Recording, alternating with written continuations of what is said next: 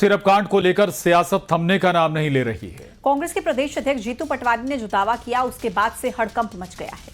छिंदवाड़ा में cough syrup से मरने वाले बच्चों का आंकड़ा जीतू पटवारी ने प्रशासन की ओर से पेश किए गए आंकड़ों से कहीं ज्यादा बताया है, जिसके बाद सियासी गलियारों में हलचल बढ़ गई है। बीजेपी ने जीतू पटवारी पर पलटवार करते हुए कहा कि विपक्ष का काम सिर्फ आरोप लगाना है। और जैसे ही मामला सामने आया है, सरकार ने मामले में तेजी से कार्रवाई की है।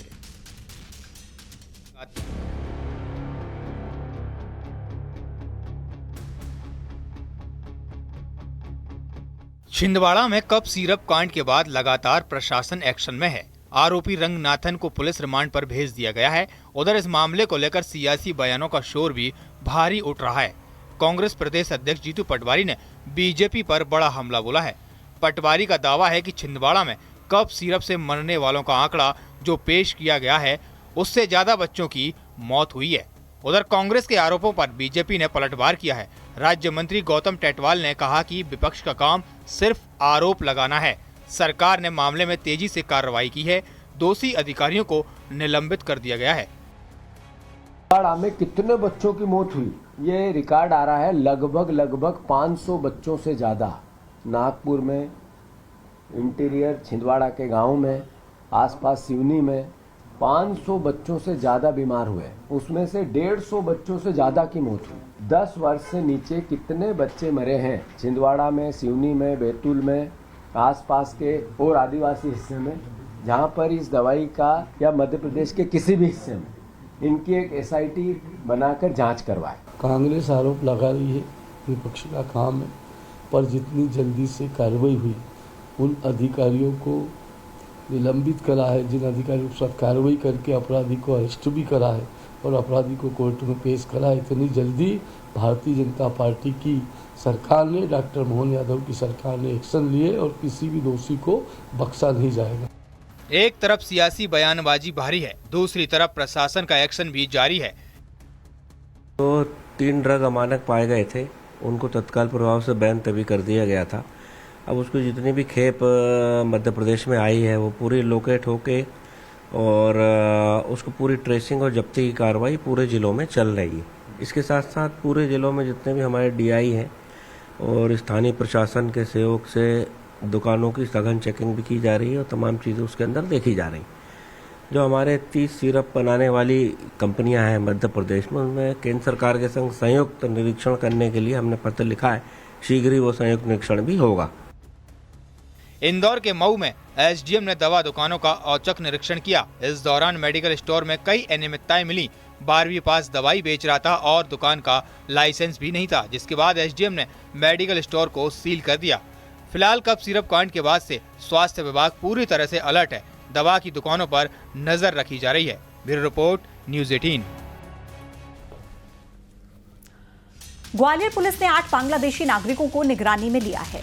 महाराजपुरा थाना क्षेत्र से इन 8 बांग्लादेशी नागरिकों के बारे में हरियाणा पुलिस से इनपुट मिला था और कार्रवाई करते हुए ग्वालियर पुलिस ने सभी को निगरानी में ले लिया है। इस कार्रवाई को अवैध निवासियों और फर्जी दस्तावेजों के खिलाफ बड़ी सफलता माना जा रहा है। ये कार्रवाई इसलिए भी अहम है क्योंकि जिस महाराजपुरा इलाके से ये 8 बांग्लादेशी मुस्लिम रह रहे थे, वहां इंडियन एयरफोर्स का एयरबेस भी है। लिहाजा महाराजपुरा इलाके में खुफिया एजेंसी सक्रिय हो गई है ताकि इस अवैध नेटवर्क की आगे की कड़ियों की जानकारी हाथ लग सके और ये भी पता लगाया जा सके कि कहीं ये बांग्लादेशी मुस्लिम हिंदुस्तान के खिलाफ कहीं कोई साजिश तो नहीं रच रहे। जो सस्पेक्ट हैं उनको वेरिफिकेशन करा रहे हैं, उसकी प्रक्रिया है। प्रक्रिया के तहत उनका वेरिफिकेशन कराया जाता है और यदि कोई ऐसा व्यक्ति पाया जाएगा जिसकी नागरिकता भारतीय नहीं है, अन्य देश के नागरिक हैं और अवैध रूप से रह रहे हैं, तो उनको निर्वासित करने की कार्रवाई हम लोग करेंगे।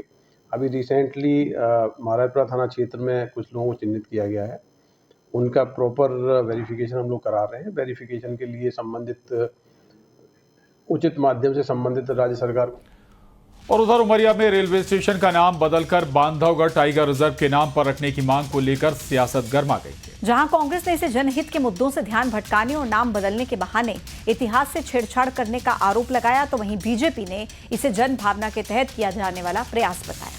लेकिन इसके पीछे जानकार कुछ और ही बताते हैं। जानकारों का कहना है कि सियासत की असल वजह रेलवे स्टेशन का नाम बदलने से नहीं बल्कि इसके बहाने जिले का नाम बदलने की अंदरूनी सुगबुगाहट है।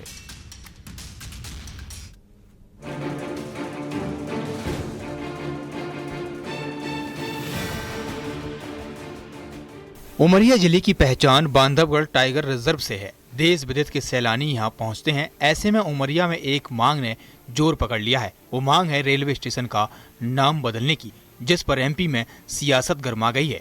दरअसल बीजेपी की ओर से मांग की गई है कि रेलवे स्टेशन का नाम बदलकर बांधवगढ़ टाइगर रिजर्व के नाम पर रखा जाना चाहिए, जिस पर कांग्रेस ने बड़ा हमला बोला है।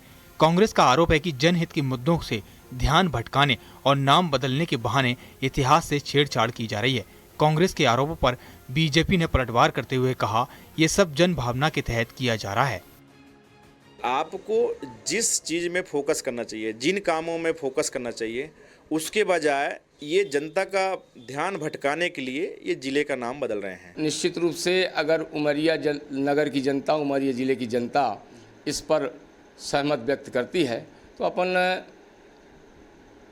माननीय रेल मंत्री से, माननीय रेलवे बोर्ड से इस पर पहल करेंगे कि जिस तरह हबीबगंज का नाम रानी कमलापति हुआ, झांसी का नाम रानी वीरांगना लक्ष्मीबाई के नाम से हुआ, इसी तरह हमारे उमरिया के नाम, उमरिया रेलवे स्टेशन के नाम बांधवगढ़ के नाम से। मैं जिला नागरिक मंच की तरफ से और रेलवे में जो मैं पदाधिकारी था, JDRCC मेंबर, और हम बहुत सारे लोगों ने उमरिया रेलवे में बहुत सारी ट्रेन सुविधा मिली और यहाँ का पर्यटन उद्योग बढ़े, इसके लिए उमरिया रेलवे स्टेशन को बांधवगढ़ रेल उमरिया के नाम से हम लोगों ने प्रस्तावित किया था। और ये पत्राचार भी बहुत सारी जगह किया, रेलवे में किया, मध्य प्रदेश शासन को किया, केंद्र सरकार को किया, क्योंकि उमरिया रेलवे स्टेशन का नाम बांधवगढ़ रेलवे स्टेशन कर दिया जाए। जानकारों की माने तो सियासत की असल वजह रेलवे स्टेशन का नाम बदलने से नहीं है, बल्कि इसके बहाने जिले का नाम बदलने की अंदरूनी सुगबुगाहट बताई जा रही है, जिसके कारण कांग्रेस के नेता राजी नहीं है, क्योंकि उमरिया जिला कांग्रेस के वक्त बनाया गया। ऐसे में अगर नाम बदला तो कांग्रेस इसको मंजूर नहीं करेगी। उमरिया से विजेंद्र तिवारी की रिपोर्ट, न्यूज़ 18। अब खबर ग्वालियर से है, जहां अंबेडकर प्रतिमा विवाद के बाद बयानबाजी को लेकर उपजे तनाव से निपटने के लिए पुलिस और प्रशासन ने कमर कस ली है। सोशल मीडिया पर कुछ संगठनों ने 15 अक्टूबर को ग्वालियर में बड़े आंदोलन की चेतावनी दी है। ऐसे में किसी आंदोलन से निपटने के लिए पुलिस और प्रशासन की टीम ने रिहर्सल किया। इस दौरान आपातकालीन स्थितियों से निपटने के लिए ड्रिल, भीड़ उपद्रव से निपटने की मॉक ड्रिल भी की गई और इस रिहर्सल के दौरान पुलिस का एक जवान घायल हो गया।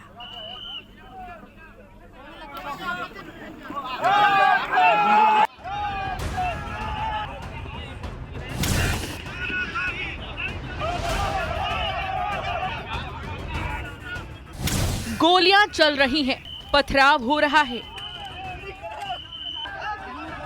नारेबाजी हो रही है, भारी संख्या में पुलिस बल भी मौजूद है। शायद आपको लग रहा होगा ये किसी आंदोलन की तस्वीर है, जहां प्रदर्शनकारी पत्थरबाजी कर रहे हैं और पुलिस उनको खदेड़ने का प्रयास कर रही है। लेकिन ये तस्वीरें किसी आंदोलन की नहीं, बल्कि ये आंदोलन से निपटने के लिए पुलिस और प्रशासन की मॉक ड्रिल है, ताकि आपातकालीन स्थिति में निपटा जा सके। दरअसल ग्वालियर में अंबेडकर प्रतिमा विवाद को लेकर लगातार बयानबाजी चल रही है। इस बीच सोशल मीडिया पर कुछ संगठन ने 15 अक्टूबर को ग्वालियर में बड़े आंदोलन की चेतावनी दी है, जिसके बाद तनाव वाली स्थिति से निपटने के लिए पुलिस और प्रशासन ने कमर कस ली है। देखिए, सोशल मीडिया पे जो तमाम प्रकार की आपत्तिजनक पोस्ट हो रही हैं, उस पर लगातार हम लोग वैधानिक कार्रवाई कर रहे हैं। अभी जिला प्रशासन की तरफ से और पुलिस की तरफ से सभी समाजों के जो प्रबुद्ध लोग हैं, जो सीनियर लोग हैं, जिनकी समाज में आवाज़ है, सम्मानीय लोग हैं, उनके साथ बैठे हैं। सभी ने एक छोर से कहा है कि जो लोग इस प्रकार की गलत कार्रवाइयाँ कर रहे हैं उन पर कार्रवाई करें। पूरे सभी समाज के लोगों के साथ अच्छा संवाद हुआ है। जो ग्वालियर में आगे इस प्रकार की न्यूसेंस की कोशिश करते हैं, उनके अगेंस्ट में कार्रवाई करने में मददगार साबित होगा और एक अच्छा संदेश इससे जाएगा। पुलिस के जवानों ने भीड़, उपद्रव और प्रदर्शनकारियों पर काबू पाने के लिए मॉक ड्रिल की। इस रिहर्सल के दौरान पुलिस का एक जवान घायल हो गया। पुलिस और प्रशासन की टीम पूरी तरह से अलर्ट मोड पर है। न्यूज़ 18